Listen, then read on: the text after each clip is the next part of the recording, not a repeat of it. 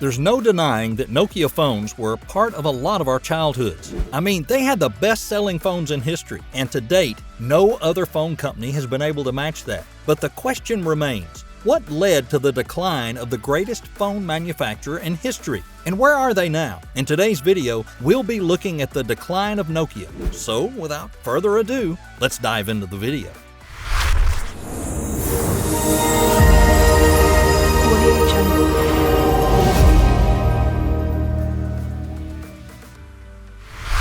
To most of us, Nokia may just be a mobile phone company from the 90s and early 2000s. But in reality, it started out as a paper mill company way back in 1865. That's right, Nokia is a 155-year-old company founded by mining engineer Fredrik Idestam in southwestern Finland. And back then, electronics were far from being the focus of the company. In fact, the company name wasn't Nokia until 1871, when Idestam built his second paper mill in the town of Nokia, which lies on the bank of the Nokia River in Finland. The Nokia company eventually ventured into electricity generations in the early 20th century, a move that almost destroyed them before they even had the chance to make international recognition. Nokia was on the brink of declaring bankruptcy because of the economic effects of World War I. So to save it, it was sold to Finnish Rubber Works, a company that needed Nokia's hydropower resources. In 1922, Finnish Rubber Works also acquired another company,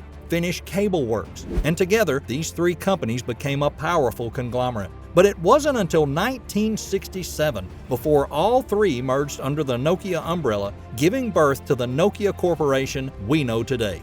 Over the next few decades, Nokia went on an acquisition spree, buying out major radio and television companies to expand its portfolio and marketing reach. While this was a major strategy that pushed the Finnish company to world status, it would also lead to a slew of problems for the future. Nokia's focus was already broad enough, to say the least, with its subsidiary companies offering products like bicycles, televisions, toilet paper, rubber shoes, vehicle tires, military-grade equipment, communication cables, and much more. Nokia went ahead to partner with Solaro, a Scandinavian television manufacturer, to create its own radio telephone company, Mobira Oy. It wasn't long after that Nokia made history by launching the world's first international cellular system called the Nordic Mobile Telephone Network. This was a pivotal point in telecommunication history as it set the basis for 1G and wireless communication technology that the world benefits from today. Nokia also developed the very first car phone called the Mobira Senator. It weighed about 10 kilograms, but it was still an innovative marvel. Nokia's chairman and CEO at the time, Kari Karimo, was at the forefront of this rise in the company's history, and he didn't stop at just producing telephones. He intended to maintain Nokia's rise in the telecommunication market. Karimo believed that the company would fare better if it didn't have clueless shareholders delaying every decision with pointless votes and meetings. The majority of these shareholders had no business making marketing and strategy decisions,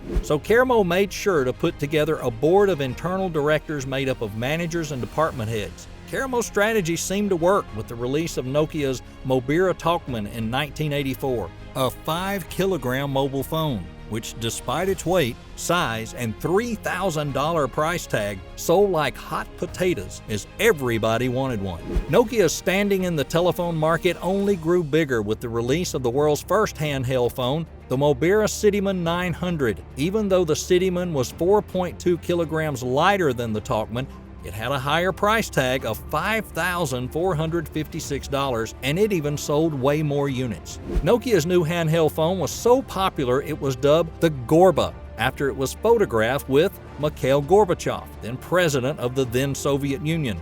He made a call from Helsinki to Moscow during a press conference in 1987. Fast forward to the early 90s, and Nokia was beginning to see the promise the telecommunication market held. But they couldn't fully maximize profits and upscale production, so they made a daring decision that can only be described as bold.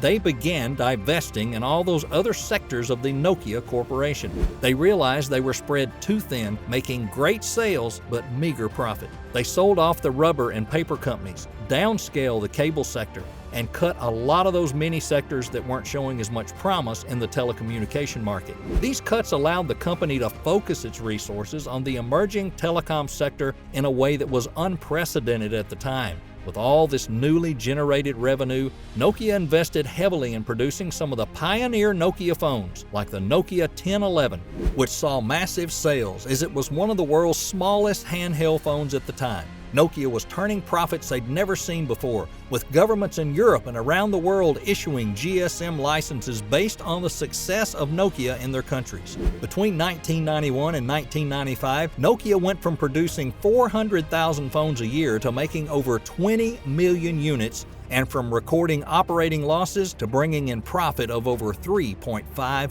billion. Meanwhile, other larger phone companies like Ericsson and Motorola didn't have the vision and market understanding that Nokia did in the 90s, so they didn't invest as hard as the Finnish company.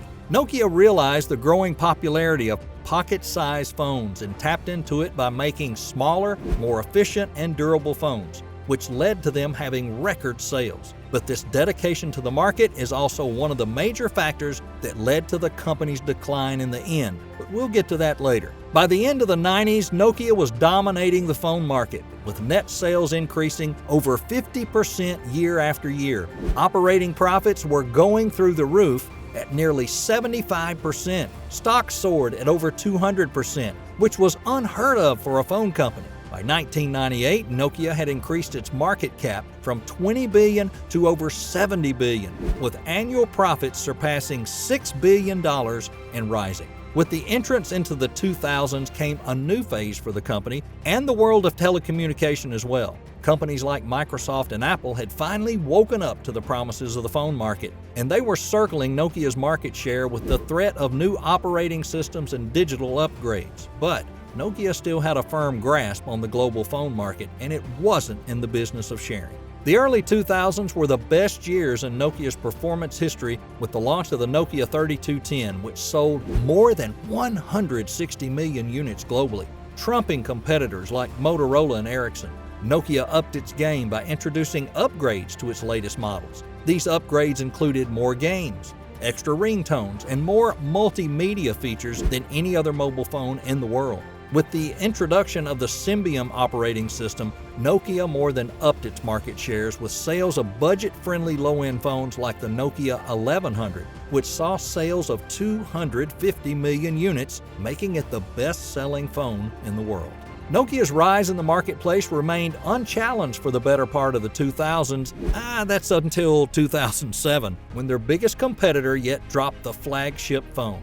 Apple drops the first-generation iPhone in 2007 to great reviews and sales. But Nokia still maintained first place, recording its highest sales year yet with over 50 billion. Google's Android also made its debut into the mobile phone market, seriously surpassing the Symbian operating system in more ways than one. For most people, this was where Nokia lost the dominance. And it wasn't just because of Apple's iPhone, but mainly due to Nokia's negligence, and some could go as far as calling it arrogance. The mid-2000s saw the introduction of touchscreen phones, and while the big players in the phone manufacturing industry began to fashion their products to suit this demand, Nokia didn't. Well, they did. They just didn't do it very well. Remember when Nokia established itself as the major player back in the 90s? Well, they let that get to their heads and held on too tightly to that notion. The Finnish company believed they knew what consumers wanted, and for the better part of 2 decades, they did. But they didn't recognize the shift in the market, and this marked the beginning of their downfall.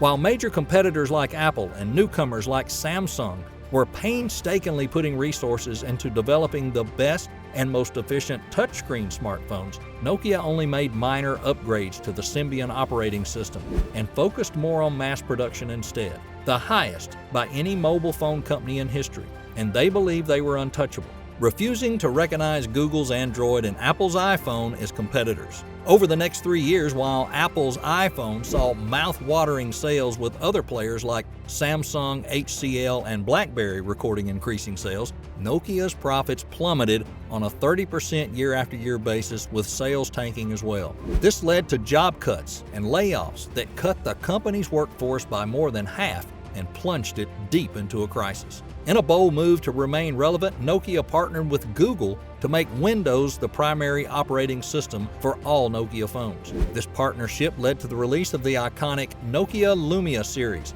but this did little to help the struggling company, as only 1 million units of the phone were sold worldwide and they suffered an operating loss of over $1 billion.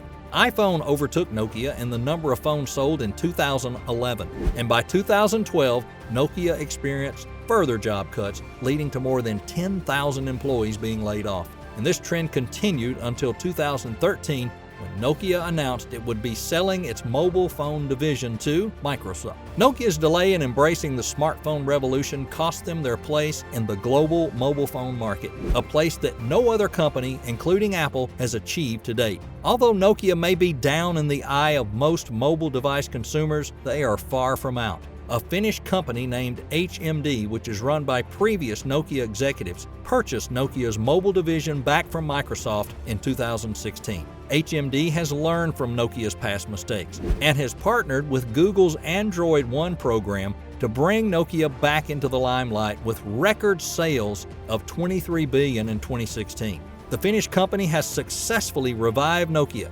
breaking into the top 10 smartphone sellers in the world by 2018. Under HMD, Nokia released the Nokia 8.35G, the world's first 5G smartphone, back in 2020, and is actively fighting their way back to the top. So be ready, you may be hearing from Nokia very soon. Hey, thanks for watching, and don't forget to hit that subscribe button and hit that notification bell so you'll get all of our interesting videos and be notified first. Cheers!